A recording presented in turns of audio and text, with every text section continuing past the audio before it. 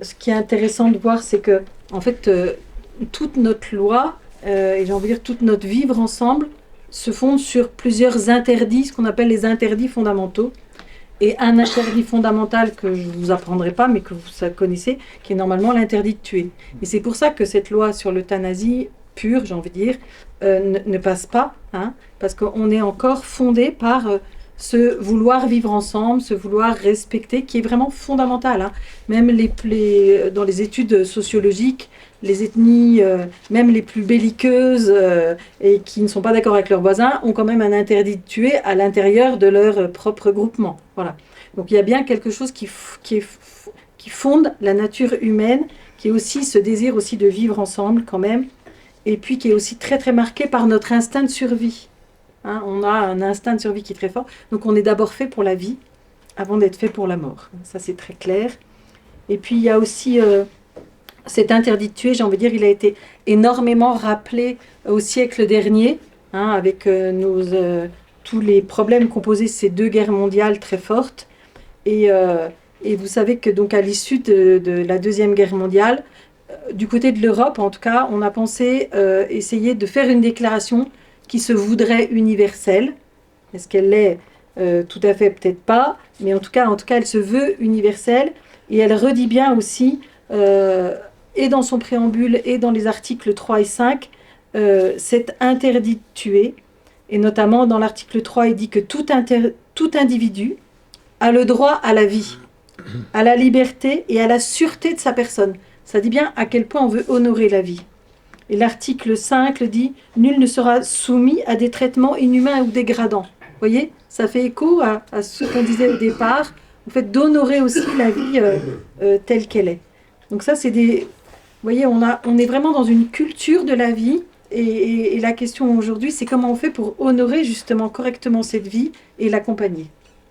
Donc, interdit de tuer qui s'applique à tout homme. Donc, le médecin étant un homme, ça s'applique aussi à lui. Là, dans les débats actuels, parce qu'il l'aide active à mourir, certains voudraient confier cette mission au médecin. Alice, qu'en est-il? Oui. Alors, là, en effet, comme je vous disais, pour l'instant, on a encore besoin des médecins. Enfin, on estime qu'on aurait besoin des médecins pour ça. Moi, j'avoue que ça me pose énormément de soucis. Quand on s'engage, quand on fait nos études, qui sont longues, tout le monde le sait, en gros, c'est entre 9 et 15 ans d'études. À la fin, on fait ce qu'on appelle, le jour où on passe notre thèse, on fait notre serment d'Hippocrate.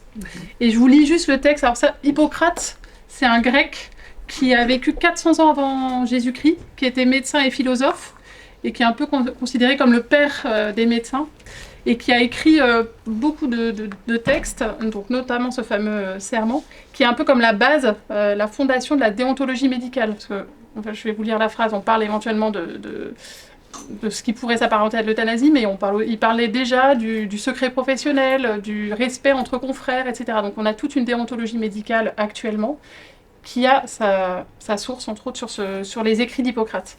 Et donc, il dit « Je ne remettrai à personne du poison si on m'en demande, ni ne prendrai l'initiative d'une pareille suggestion. » Ben voilà. Et donc, moi, ce qui me semble important, c'est de se dire que c'est pas... En fait, la médecine est capable de tuer les gens. C'est pas parce qu'on est capable de faire quelque chose qu'on doit le faire. Donc voilà, c'est vraiment, à mon avis, pas du tout à nous de faire ce genre de choses. Mais en fait, c'est vraiment le rôle du médecin, ce qu'on disait tout à l'heure sur l'acharnement thérapeutique, c'est que c'est exigeant de toujours se mettre en question et de se reposer, enfin déjà de se retrouver confronté à des personnes qui nous demandent une aide active à mourir, ou d'en finir. Et ça pourrait être parfois plus facile de répondre à cette demande que de se rendre disponible pour être là, pour entendre ces demandes qui sont dures. On n'a pas envie de les entendre, c'est vraiment, pour nous, c'est éprouvant, surtout quand ça revient. Donc c'est vraiment exigeant de faire face à ça et puis de trouver des solutions pour aider la personne à transformer ses pensées pour pouvoir se passer de cette option. Mais voilà, c'est un peu notre quotidien. Enfin, moi, il me semble que c'est un peu notre quotidien. Comme on disait, je suis cancérologue. Ben, c'est la question, elle va se poser aussi pour la dernière chimio. Est-ce que je refais une chimio? Bah oui, j'ai dans mes tiroirs des chimiothérapies disponibles. Est-ce qu'il faut les faire? Bah, je suis pas sûre. Et c'est parfois plus simple de dire bah, je vais vous refaire une chimio, parce que comme ça, on n'aborde pas le problème de la fin de vie, et qu'en fait, cette chimio, elle va servir à rien. Et que... Donc voilà, pour moi, ça fait vraiment partie de notre quotidien. Sachez que c'est pas évident. Mais voilà, c'est ce qui fait la richesse aussi de notre métier. Et toujours le président du Conseil national de l'ordre, dans la même interview, disait donc le comité consultatif national d'éthique ne détaille pas dans l'idée d'élargir le champ des possibles sur le suicide assisté ou l'euthanasie. Il dit ne détaille pas plus avant le rôle que pourrait être celui du médecin si une assistance au suicide était acceptée. Nous serons donc très attentifs. Le médecin doit-il être accompagnateur? Sûrement. Effecteur? Je ne crois pas. Ce n'est pas son rôle. Et l'ordre des médecins n'est pas favorable à l'euthanasie. Il faut que la loi protège le médecin dans l'accompagnement qu'il serait amené à faire. Cela doit passer par une clause de conscience. Donc finalement, voilà, on parle de situations difficiles, où parfois les personnes peuvent se sentir dégradées dans leur humanité. Ça nous amène à parler de la dignité. Florence, est-ce que tu peux nous éclairer un petit peu sur ce qu'on peut entendre par ce terme de dignité? Alors, c'est vrai que ce mot de dignité, on le retrouve aussi dans la Déclaration universelle des droits de l'homme dont je vous parlais tout à l'heure, mais on le trouve aussi dans certaines associations qui disent qu'au nom de la dignité, on peut tuer les gens. Enfin, et on s'aperçoit que ce mot, il est utilisé dans plein de situations différentes, et on se dit, mais en fait, la dignité, c'est quoi? Et en fait... en philosophie, on a essayé de clarifier les choses et ça donne la chose suivante, c'est qu'il y a deux définitions qui coexistent de la dignité en fait. Et on va regarder ensemble, si vous voulez bien, ces deux définitions d'à peu près pour qu'on puisse faire le tri quand on entend les médias en parler en fait. La première dignité, c'est celle dont je vous parlais tout de suite, donc c'est celle de la Déclaration universelle des droits de l'homme et qu'on trouve dans les textes les plus anciens, et l'idée la plus ancienne qu'on se fait de la dignité, en tout cas dans les textes qu'on a à notre disposition, c'est ce qu'on appelle la dignité qui est propre à chacun. On dirait, il y a des mots compliqués, on parle de dignité ontologique, on parle de dignité substantielle ou alors inhérente à la personne humaine, donc propre à la personne humaine.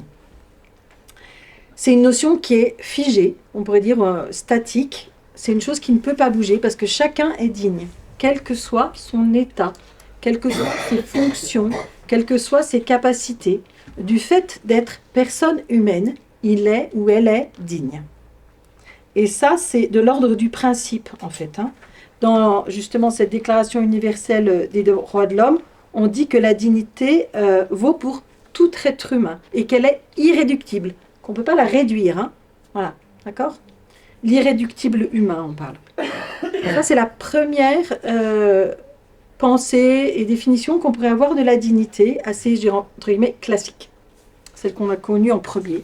Voilà. Et puis, on pourrait parler ensuite d'une deuxième définition de la dignité, qui serait une dignité relative. Il y a des gens qui parlent de dignité éthique, en utilisant le mot éthique de façon bizarre. En fait, le mot plus exact, c'est une dignité utilitariste. Ça dit bien ce que ça dit, c'est en vue de l'utilité. Vous voyez?